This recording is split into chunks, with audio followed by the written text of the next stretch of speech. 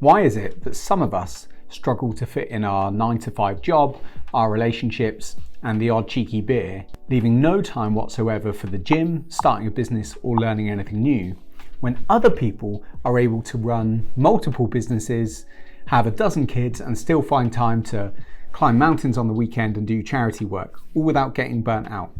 It makes me wonder, what are those people doing that I'm not? And what can I learn from them to make myself more productive and get closer to my goals? When I first started leading multiple teams of people across different projects and different departments, I found it incredibly overwhelming. All of a sudden, it felt like things were coming at me from all sorts of different angles. Every one of my direct reports wanted something different from me every minute of the day, meaning I had no time to do the work that I wanted to do, let alone spend time with my family or look after my own health.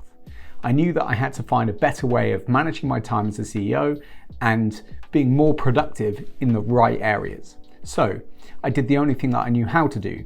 I went and I looked at what other successful entrepreneurs had done in their field and when they were faced with this problem, so that I could copy them and improve my own work structure and time management. So in this section, I'm going to share with you 4 stories from 4 super successful entrepreneurs that I found inspiring, and I'm going to tell you how I incorporated what they do into my own time management. Just quickly before I get into that, I wanted to ask you a quick favor. This is a new channel and we're working really hard to bring you really great content about entrepreneurs, startups and careers.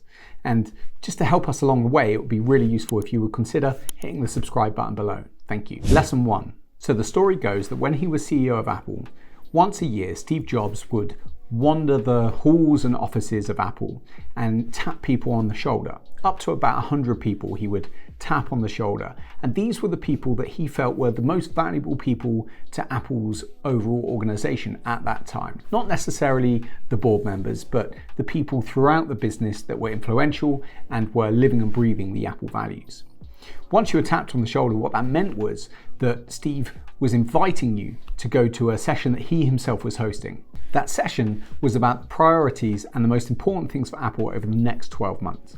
The first thing that would happen is everyone at the session would share what they thought were the biggest opportunities for Apple to prioritize for the next year. That would lead to about 30 or 40 different opportunities, different things being tabled and kind of making the long list, if you like, of possible things that Apple could spend their time on. What happened next is the group would discuss those opportunities and trim that down to a list of 10 amazing things that Apple could spend the next 12 months doing. Finally, Steve Jobs himself would look at that list of 10 things and remove 7 of them, leaving 3 top priorities. So what's going on here? Firstly, I think what's important is the 100 people. Steve Jobs understood that he couldn't work directly with and influence everybody who worked at Apple, who at this point were thousands of staff. So instead, he picked the 100 people that he thought were the most influential and important to Apple at the time and invested his time and energy in them, knowing that they would carry that message down and filter it out to the rest of the company. The second thing that's going on is actually less about the 3 things that he does select and more about the 7 things that he rejects. Steve Jobs understood that not doing something that seemed like a really great opportunity was actually a really hard thing to do. He was setting a really high bar for what the team should focus on, what was worthy of Apple's priorities. Lesson 2. There is little doubt that Bill Gates is a very clever, very busy person.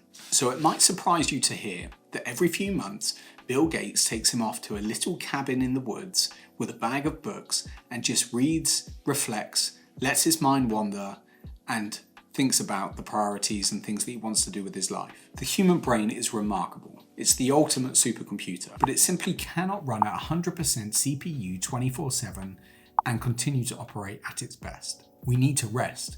We need to change gear, and we need to let our brain do the things that it does when we're not constantly pushing it to its limits. Lesson 3. Jack Dorsey was one of the founders of Twitter, now called X.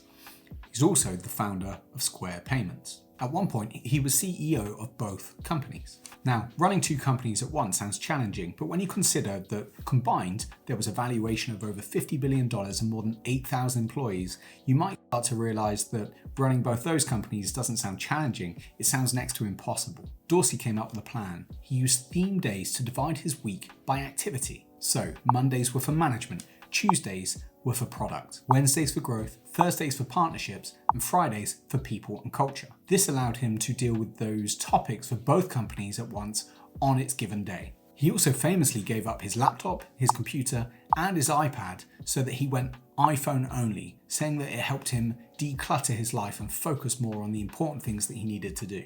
Lesson 4. Mark Wahlberg has achieved success that most Hollywood actors could only dream of. But how much of that is down to his ridiculous morning routine? In 2018, Wahlberg went viral after sharing his morning routine that sees him get up at 2:30 in the morning, packing in 2 workouts, all of this food, family time, golf, and even has room for a little bit of work. Morning routines and the principle of getting up before the rest of the world is something that quite a lot of people have put their success down to over time. Everyone from Tim Cook, Elon Musk, and Jeff Bezos have a deliberate morning routine that sees them get up early and get the most important work of the day done up front, although none of them challenge Mark Wahlberg's 2:30, which is just absolutely beyond a joke. So, as a CEO, a founder, a leader, or even a manager, you need to do these 4 things. You need to prioritize, you need to guide your team, you need to be productive, and you need to rest. Steve Jobs used his 100 taps to set the priorities and guide his team through what the important things were that they should focus on.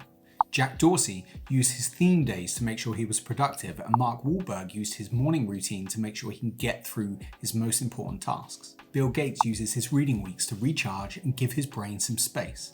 These are all important ingredients in how you as a CEO or a leader can manage your time and structure your life. I apply all these lessons to my life and my companies. I do regular priority sessions with my most valuable people. I theme my days and my weeks to make sure I'm fitting everything in. I have a morning routine that allows me to take care of my mind and my health and my most important tasks before the rest of the world gets going, although it does not start at 2:30. I take what I call brain breaks or half terms. Every 6 to 8 weeks, I take either a full week or a 4-day weekend, and I normally go to a different environment. I read, I relax, I reflect. I look back at my goals and see if I'm on track. I adjust my plan where I need to, and I come back recharged and ready to go again. I hope some of those stories and lessons provide you with value and give you something to think about for your own structure and your own routine. I'll see you on the next one.